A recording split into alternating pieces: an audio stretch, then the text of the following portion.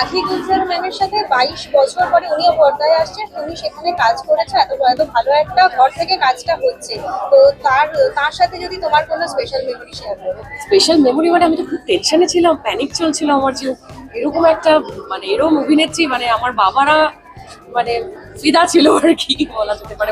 আমার মা বাবা ভীষণ বেশি এক্সাইটেড ছিল, তো ওনার সাথে কাজ করা মানে আমি তো খুব টেনশনে ছিলাম। কিন্তু যখন ফ্লোরে গেছি একবারও মনে হয়নি, ওই বাড়ির লোকের মতনই, একদম ফ্যামিলির মতনই ওনার সাথে খুব মানে যে সিনগুলো আমরা করেছি খুব ইন্টারেস্টিং, খুব মজার। মানে আমার ফ্লোরে যাওয়ার পর আর ওই টেনশনটা আসেনি। আমার আশা একসাথে কাজ করা কেমন লাগলো, অভিজ্ঞতাটা কেমন? সব থেকে আগে বলবো আমার সৌভাগ্য। আর অবশ্যই মানে শিবুদা নন্দিতাদিকে আমি ধন্যবাদ জানাই যে আমার বসে আমাকে একজন মেম্বার করেছেন, আমাকে কনসিডার করেছেন অ্যাজ মৌসুমী। খুব ইন্টারেস্টিং ক্যারেক্টার এই ছবিটায় আমার, সেটা এখন বলতে চাই না। টিজারে একটু গ্লিম্পস ছিল, বাট আমার মনে হয় ট্রেলার আর সিনেমা দেখলে, আমার ছবিটা দেখলে আরো বেশি মানুষ বুঝতে পারবে। তো আমার অনেক দিনের ইচ্ছা ছিল উইন্ডোজের সাথে কাজ করার।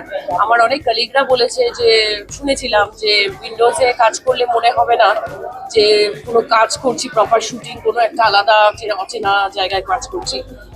ইট ওয়াজ লাইক মাই ফ্যামিলি। মানে আমি যখনই শুটিং করছিলাম মনে হচ্ছে আমার বাড়ির লোকজনের সাথেই কাজ করছি। দিদি এত ভালো, নন্দিতাদি, মানে ওনার যা এনার্জি সেটা সত্যি দেখার মতো।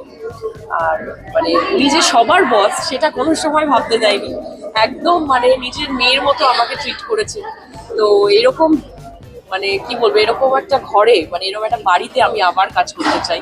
এরকম একটা ভালো বাড়ি পেয়েছি আমি, যে ইভেন আমাদের পুরো টিম যারা কাজ করেছে তারা সবাই খুব মানে খুব হ্যাপি। আর আলটিমেটলি 9th মে আমাদের ছবিটা রিলিজ হচ্ছে।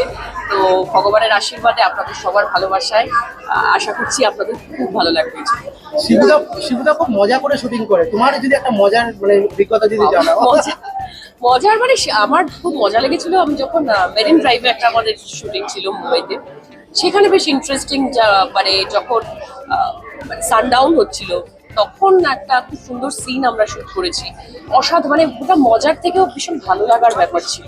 ওরকম একটা আর ঠিক শীতকাল, মানে ফেব্রুয়ারি সময় শুটিং হয়েছিল।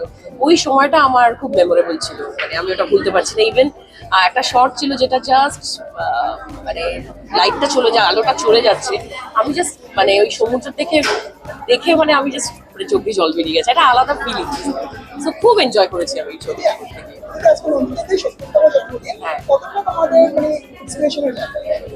ইন্সপিরেশন মানে মানে কি বলবো, ভরে ভরে ওনাকে দেখে শেখার মতো, যে age is just a number, এই যে কথায় আছে যেটা, সেটা একদম ঠিক। আর মানে ওনার যা এনার্জি, আমার মনে হয় আমাদের সবার থেকে উনি বেশি এনার্জেটিক। আমি শুটিং এর সময়ও দেখে এসেছি, ওনাকে দেখে শেখার মতো।